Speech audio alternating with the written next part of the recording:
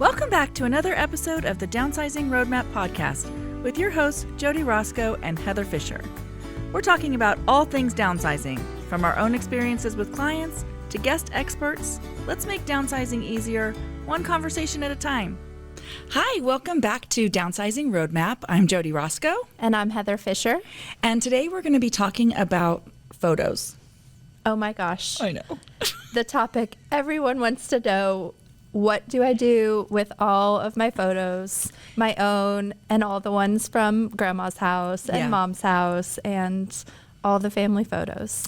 What do I do? When we hold our classes, this is just, we have a page that has all of the things that are hard on it, the ones that you don't want to start with when you start going through your stuff. And photos is definitely one of those because you can get lost down a road with photos.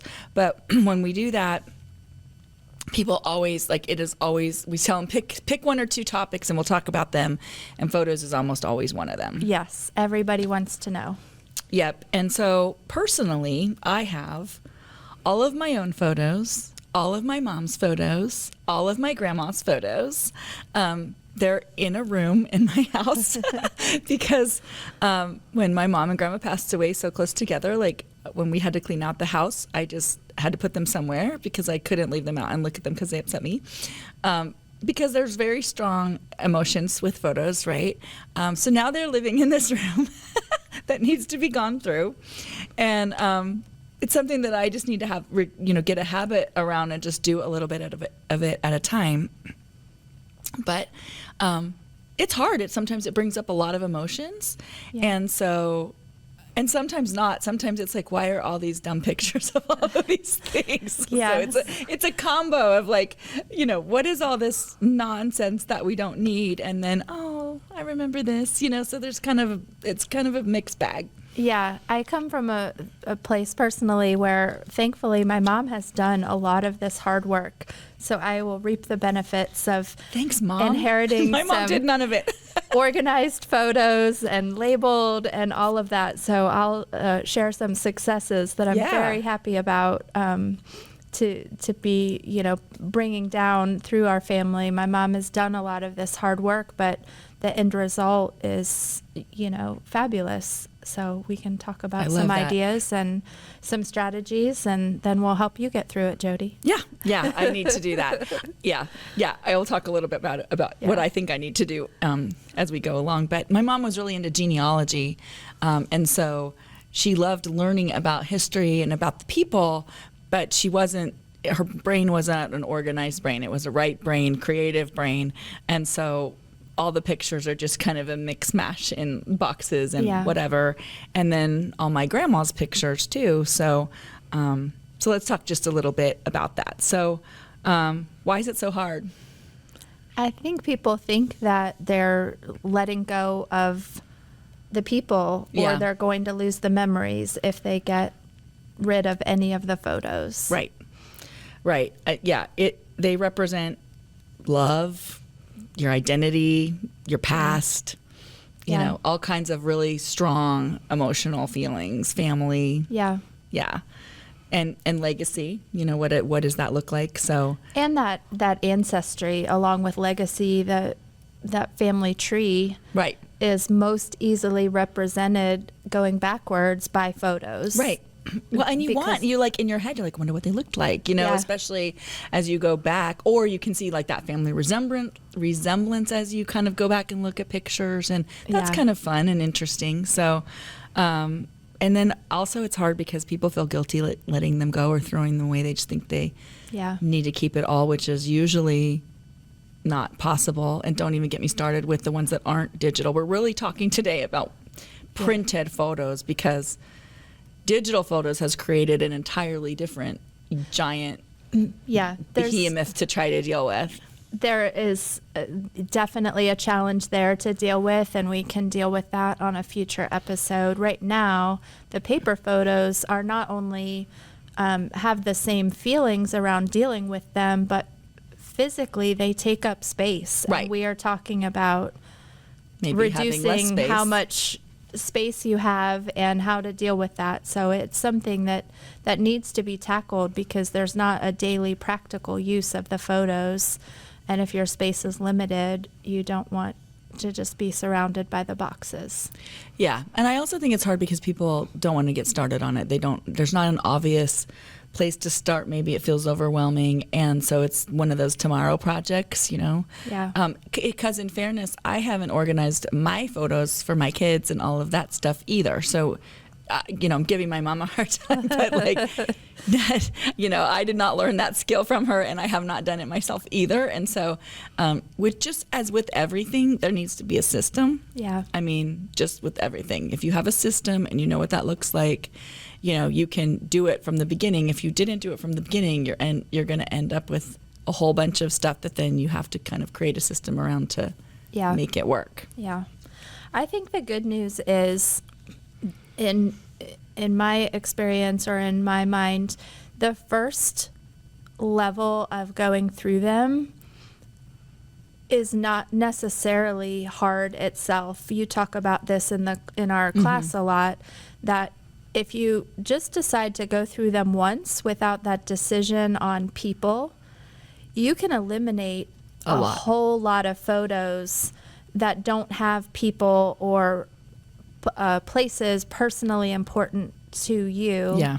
And you might have a lot less overwhelm right. if you see how much it can be reduced in that first round. So do we want to talk about some of those easy things to get rid of? Yeah. So there's a 5-step plan. There's kind of just back to the system. Yeah. 5-step plan. So step 1 is to gather everything that you have together from all over the house, wherever you've tucked it, whatever that looks like, which is really the same when you're organizing anything in your house. Like if you have batteries in 6 or 7 places, like you don't even know, like just put everything all together and then you're like, oh wow, I have way too many batteries. Right. But same thing for pictures. Grab them, if you have boxes somewhere or in the basement, something in the attic, something in a closet, whatever that looks like, bring them all together because you're going to tackle this project, right? So bring them all together somewhere, albums, loosely printed ones, shoeboxes full of them, whatever that looks like. Yeah. And you can even do digital ones if you want to, but I would start with just the printed ones. I feel like that's an easier thing to do. And then you can go from there and use that same system on your digital ones. But so bring everything together. Just doing that can be a little eye-opening and emotional of like, oh my gosh, like you have all this, like it's a lot. But it gets you started. It's all in one space, and then make yourself like a little photo zone. Like, okay, here's what my project is. And when you were saying that, I was starting to, if I'm watching TV, I might just grab a couple, little box of them and start to go through them a little bit one at a time. So, yeah, if at all possible, when you're doing a project like this, where the full scope of the project is going to take more than one session, my advice around that would be, if you can, have a space for the project to live where you could still shut the door or move away from it back to your daily activities. Right. If you are going to need the kitchen table for dinner later that night, don't start this giant project.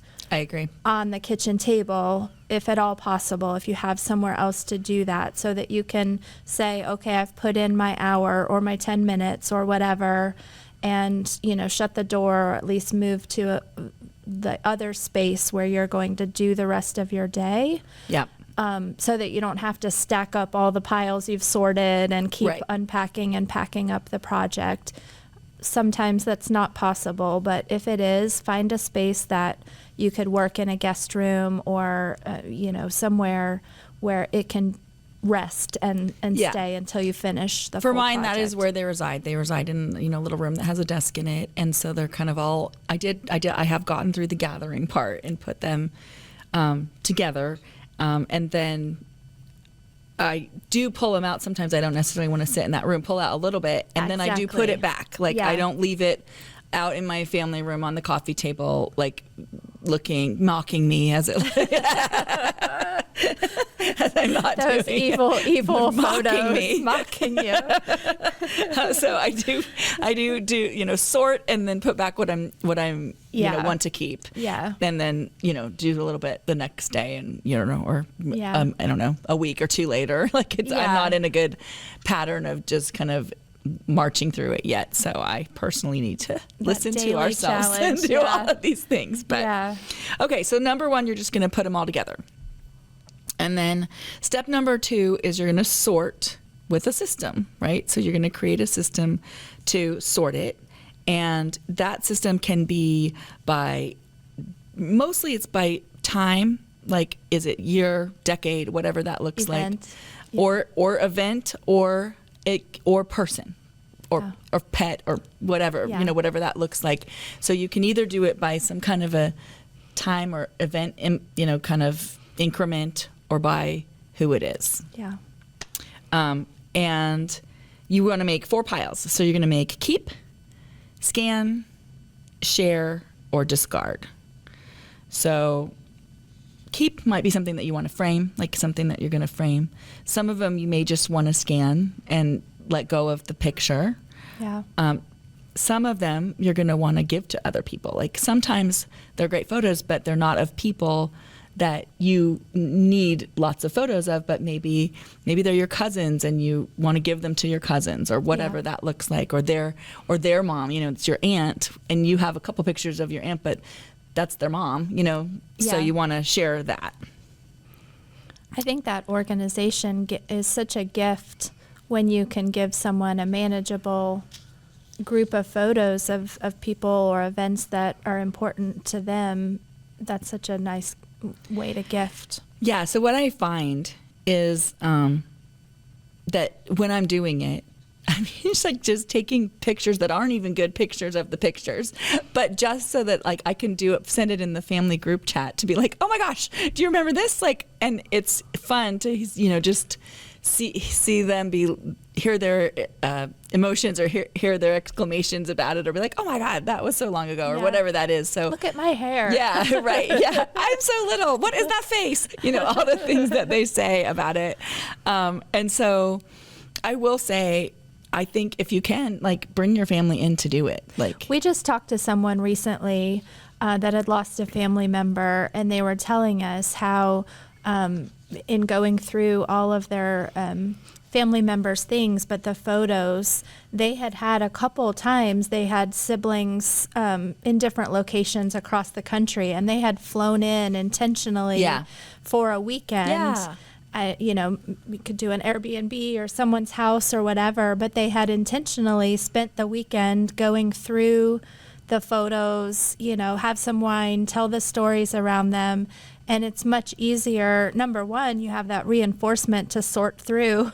Right. You're not doing it alone, but all of those stories are being shared. And different people can take different photos that resonate with them in different ways, or are, you know, a closer memory for them. And then it's much easier to let go of amounts of photos when you don't need all of them, because you now have that memory of that shared weekend or shared evening, which is exactly what life is about. All those memories around the stories of the photos is more important than a box of things you don't look at every day. So things like that are an amazing way to handle the sorting, if that's a possibility. Yeah, for sure. And so what Heather was alluding to before is when I was sorting pictures, you know, you end up with, especially all the pictures that we printed, you end up with doubles and triples, because when we printed them, we always got the doubles or the triples, right? So we don't need 3 of them or 2 of them. So there's half the pictures, or, you know, more already just gone because they're the same pictures. So, and then you end up with a lot of pictures of, you know, not people. Yeah. And if you had some amazing trip or something and you want to keep a few of those pictures to remind you, if you're putting together something that is of that trip or whatever, that's fine. But, you know, we took pictures, Mom took pictures of, you know, the beach over and over again. She loved when we went to she loved just historical buildings. I was saying she liked genealogy. She just liked history. And so there would be lots of pictures of old buildings just because she liked the old building when she was walking by it. And it doesn't really resonate in the story of what that's telling, you know? And then you said your mom always took pictures of the animals at the zoo. Well, my mom loves the zoo, so many trips to the zoo growing up, the Columbus Zoo, and every animal. But you know, cameras weren't as great as they are now, and my mom was not a professional photographer, so the zebra from that's like a speck in the picture. You can't zoom like we can on our phones, so they're not great photos. But I do think it is a technology different generation that if you went on vacation somewhere and you didn't have the internet to just Google Charleston, South Carolina buildings, that was your way of remembering and being able to show someone else or whatnot. But that time has passed for things that are not your family and people in them that are important to you. You know, there are photographers much better than any of us that you can Google in seconds, whatever it is you want to see or whatever animal, all of that. So you're going to be able to let go of a lot of it and there won't be emotional stuff around it. And then, you know, digital photos are a whole different thing because now we can take as many pictures as we need to till we get the right thing. Back then, you had your 12 roll, your 24 roll, you know, maybe 36 roll, but you took a picture, you know, there was 12 or 24 pictures of your birthday party, and you cannot promise that anybody looks great in any of those pictures, right? Oh, I remember that moment of getting the packet, like, couldn't even wait to get home. It was like as soon as you hit the car, opening it up and flipping through really quick. Like, oh my gosh, I hope there's good ones. And somebody's eyes are closed, or there's your thumb over the, you know, the thing, or, you know, it's blurry or whatever.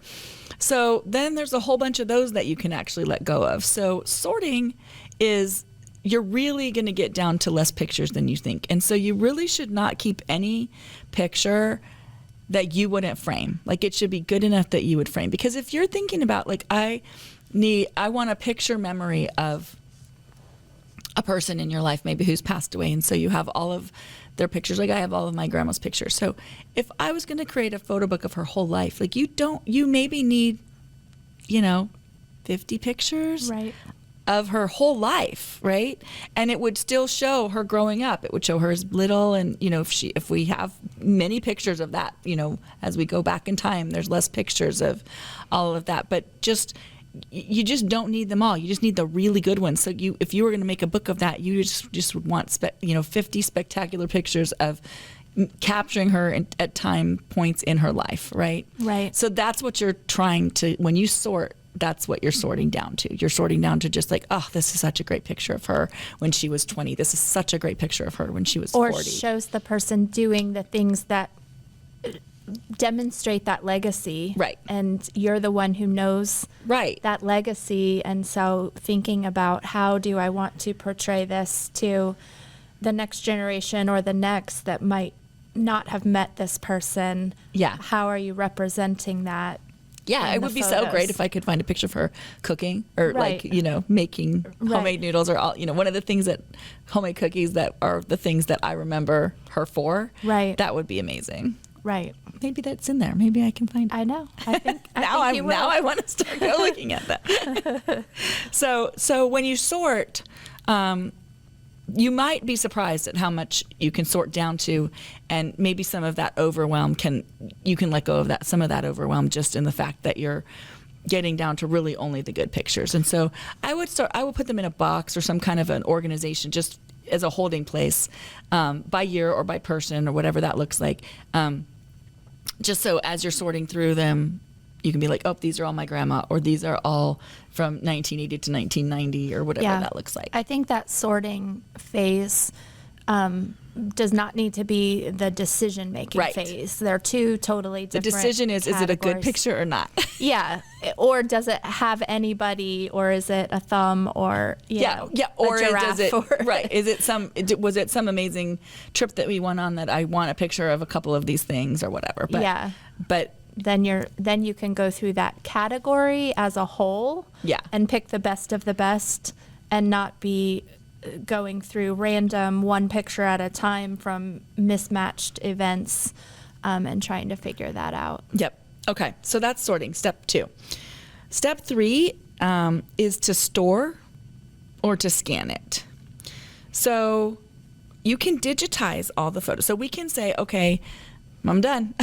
Like, I got them sorted. I wrote the name on the back of it of who everybody is, because I'm finding that's a problem as you go along, especially with my grandma's photos. Like, I don't know everybody, and I know a lot of people. So in the family as we go back, because that was something that happened in my family. My grandma would get out her pictures every once in a while and be like, okay, this is this person and this is this person, and tell us stories about them, because that really is what the photos are about. Like, it's the stories. Absolutely.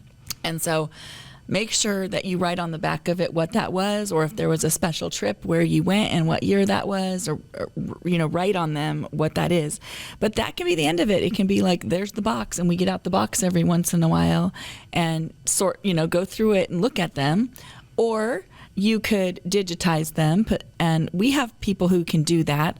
There are companies who can do that. So if you Google online, there are companies that you can send your photos away to, and they will digitize them and send them back. We also have local people that can do that, and I'm sure wherever you are, there are local people that can do that as well. And so that's an option too. So you could have them put onto a drive or something like that, where you can put them to your TV. So there's all kinds of ways that you can do that. You could put them to a digital picture frame where it goes through and shows them. You can Apple TV. You can put all of your pictures up on the TV and have it kind of rotate through the pictures, so that you're able to see them. The digital frames are kind of cool because your family can send them to you too. Yeah, we have those both. My mom and my husband's mom, and it's, I know both of them enjoy and comment, and, as we're over there talking, I'll be like, oh, wait, there's a new one. There's that photo or whatever. And, it's a great way to connect and to see many more photos without the clutter of needing surfaces for so many picture frames. Right. Or you could do like Shutterfly or one of those places. You could do a book where you upload the pictures and you create a photo book that might be the year, it might be the event, it might be just somebody's whole photo book of their life. You can do that too. So you can create photo books. I think this is a great time too, if you've got teenage grandchildren or teenagers, young adults in your life, if you've gotten through some of these first steps of sorting, and then you say, I would like a photo book of this vacation, or I would like a digital photo frame uploaded with this pile of photos. Outside of the companies that will do that for the next generations, younger and more tech savvy than us, it's a fairly easy project. So that's a great time to throw in, the people in your life that could help you once you've gotten to the sorting. If you're overwhelmed with, I don't know how to make this happen. You could give it to them and have them do it for you, or you could kind of do it together as like a little project, because it's gotten much easier. When Shutterfly first came out, or all those companies first came out, you had to make your book basically like scrapbooking, because you could do that too. You could do physical albums. You can do, just be careful how many there are, right? But you could do physical albums, and but you had to create them like physical albums. Take the picture, put it over there, size it, and do all the things.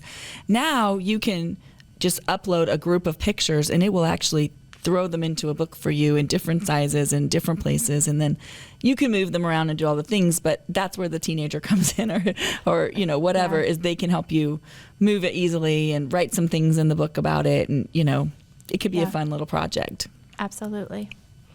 All right, so digitizing them, and then you could let them go. I know that scares people. They're like, what might happen? But we have tons of digital photos that we don't even have printouts of now. And so there are ways to do backups, and you can talk to somebody about that. If they're scanning your photos, ways that you can have a backup of those photos or put them somewhere else. But yeah. Digitizing them also does make it easier to share for sure with other family members. Yes. In those ways. There are lots of websites that have, kind of a shared repository Yes. where multiple family members in different states or different areas can all contribute and see photos. So yeah.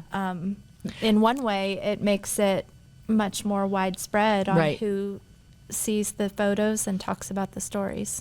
And if you're semi-tech, you can buy a photo scanner. They're not that expensive. Yeah. And just scan them yourself. It's almost basically like a copy machine. Yeah. Except it just scans them. Takes so a better image, things, yeah.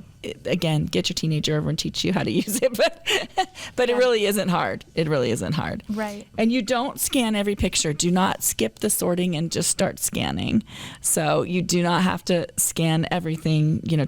Focus on your top 100 pictures that are the legacy pictures of, and scan those, and don't skip the sorting, and just delay that decision and create a big project for yourself. Yeah. That first step of the loose sorting is the most important, because you can't get mired in finding one treasured photo and skipping ahead to how am I going to preserve this? Yeah. And then you end up doing that to way too many photos because you've moved on and stopped sorting. Right. So be a little brutal in the sorting process. I think that's where that is, and then you will end up with a couple boxes, and that's it. Yeah. I think that's what Keep the Memories, Lose the Stuff said. You should be able to pick it up and take it with you. Pick it up and take it with you, like in one armload. You can, like 2 shoebox sizes, maybe with some 2 or 3 shoebox sizes. So you don't need as many as you think, or need all of those. So so step 4 then is share the love. So this is what we've been talking about is how, mail some to your family members, or create digital albums, or any of that stuff. And I was finding that I kind of combined step 1, or step 2, the sorting, with the sharing, the step 4, sharing the love, because I think as you're sorting, you get that kind of surprise, like, oh, look at that, or oh my gosh, we were here, or remembering a Christmas holiday, or a vacation or something like that, or even just some little outfit that they wore that was cute or something. I don't know. It just reminds you of things, memories that happen, because again, that's what the pictures are all about. It's all about the stories. Yeah. And so think about that as you're trying to archive some of them. Like, the idea is to create a visual story of your life, right? Yeah. With the photos. And so maybe you want to write the story too at the same time. And what an amazing gift of a book that would make. Like, here are my 25 favorite pictures, and this is why, or something, and just write the stories of that. If you're creative like that, I think that would be super cool. But like I was saying before, sometimes they're pictures that you don't need. They're pictures of other family members, and you want to share them. Or if everybody wants them, then we need to digitize them so that you can share them that way. Yeah. My mom, when she went through all the photos at their house, she created, it was a actual photo album. Mm-hmm. But she created an album for myself, and I have 2 siblings, so for each of us, but they were very personalized. Mm-hmm. Like, mine was the photos that she had sorted out for me from my childhood. But one thing she did at the front of the album is that she went back a couple generations. She had been going through a lot of photos that she had gotten from my dad's family. They ended up with the boxes at their house, and that was a lot of what she was going through. And she had photos from her parents And for each of us, she went back a couple generations labeled like in like a family tree style, like page 1, here's your couple generations on your dad's side and on, my side, and names and all of that, which is amazing. I love that, because if I later on down the road, I didn't have my grandparents, didn't have any great-grandparents in my life, and didn't have my grandparents past a fairly young age, and I wouldn't know how to label all of that. And so back to that ancestry and that legacy, just having those couple generations back of exactly, their names and dates and who they were on the family tree is amazing. So that's one thing that you can do without handing over a disorganized box. Right. But you're doing that organization, and I didn't need 100 pictures of each of them. Right. It was, here's 1 or 2. My Nana did the exact same thing. So for my dad and his 2 brothers, when they were moving to Florida, so they were downsizing, she took all the pictures and did the same thing. She spread them out. Some of them have all of them in them, but some of them are just them. So they are their own albums, but it still had the family and Christmases and different, different things. And each of them got 1 album for their whole growing up, right? Yeah. And it was great. And she wrapped them up and gave them to him for Christmas. And it was the coolest thing. I think we spent a couple hours on those albums, like everybody looking at them and pointing to, holding up their ones and remember this. And it was an amazing gift. It was a super cool gift. Yeah. When it's manageable, it's enjoyable to revisit it too. Yeah. Because you can. It's a quick, it's not like 500 pictures of today and 500 pictures of tomorrow, right? It's a quick breeze through all of it. Yeah. The other thing that I have, we have in our life, which is super cool. We go to New Hampshire every summer, and it's a place that my Nana's parents and my great-grandparents started. And so my Nana grew up there, and my dad and his brothers grew up there every summer, and my Nana took me there every summer, and we've taken our kids there every summer. So it's a super cool place.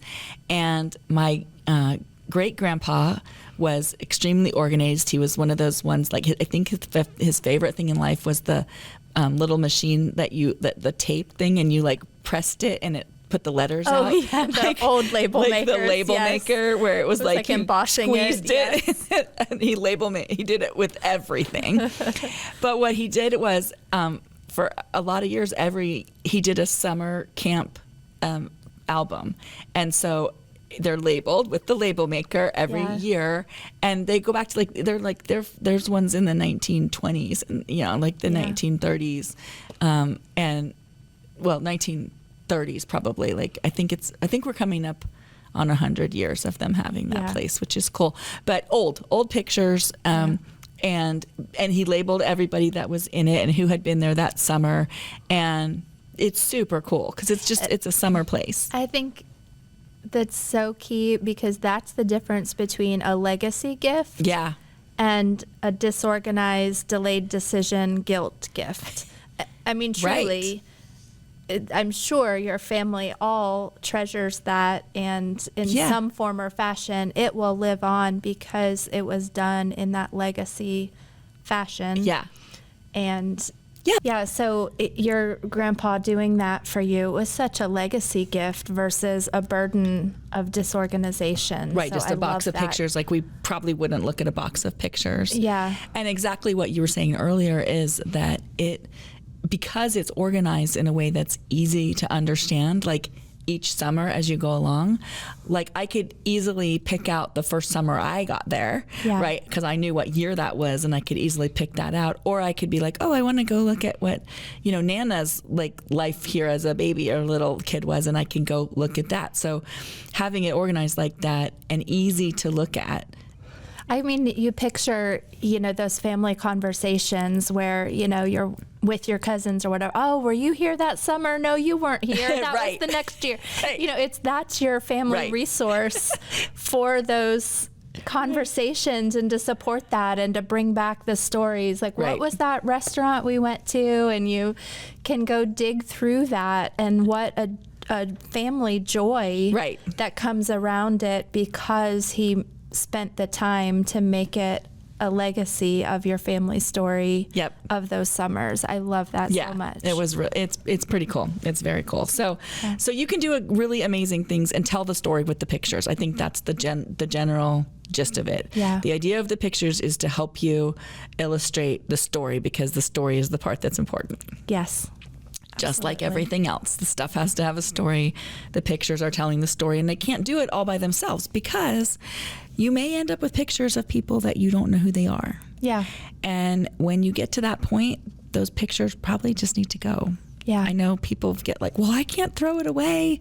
But number 5 is let go without guilt. That's the 5th step. Yeah. And so if you don't know who they are, ask your family, go, hey, send a picture. Who's this? Do we all remember?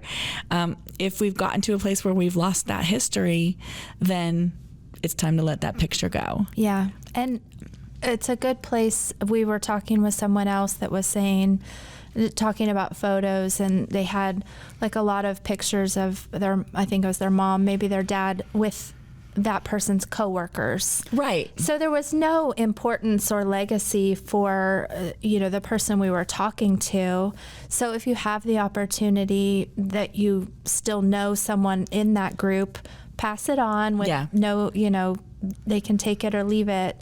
But you don't have to preserve every moment. Those are the places where you can let that go without guilt. It's not part Right. of your story. Right. Right. Yeah. Let it go. And it doesn't mean you're letting go of the person. You know, I think that people just start hanging on to it because it feels like if you're throwing away the picture, you're letting go of the person. You're not letting go of the person. Yeah. You have those legacy pictures that you've kept. You have the ones that you know are great pictures. So let that, you just have to let it go.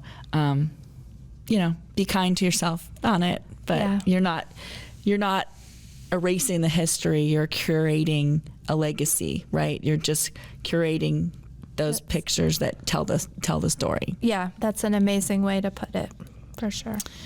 So let's go over the 5 steps again real quick. So we're going to gather everything together. We're going to sort it with the system, and we're going to be pretty brutal about the sorting. Yeah. But use that system, and then we're going to store or scan them. Maybe you make a photo wall, maybe you make a book, whatever it is that you do with that. Maybe you send them to the photo frame, and then we're going to share them with whoever needs to share them. Yeah. And then we're going to let go of whatever we need to let go of without guilt. Yeah, and end up with no more than what we can hold in our arms. Yeah. Yeah. Yep. And maybe you've made your kids books, or you've made your kids disk drives that have, pictures on them, or whatever that looks like when you're sharing them. So everybody gets to share in the joy of those pictures. Yeah.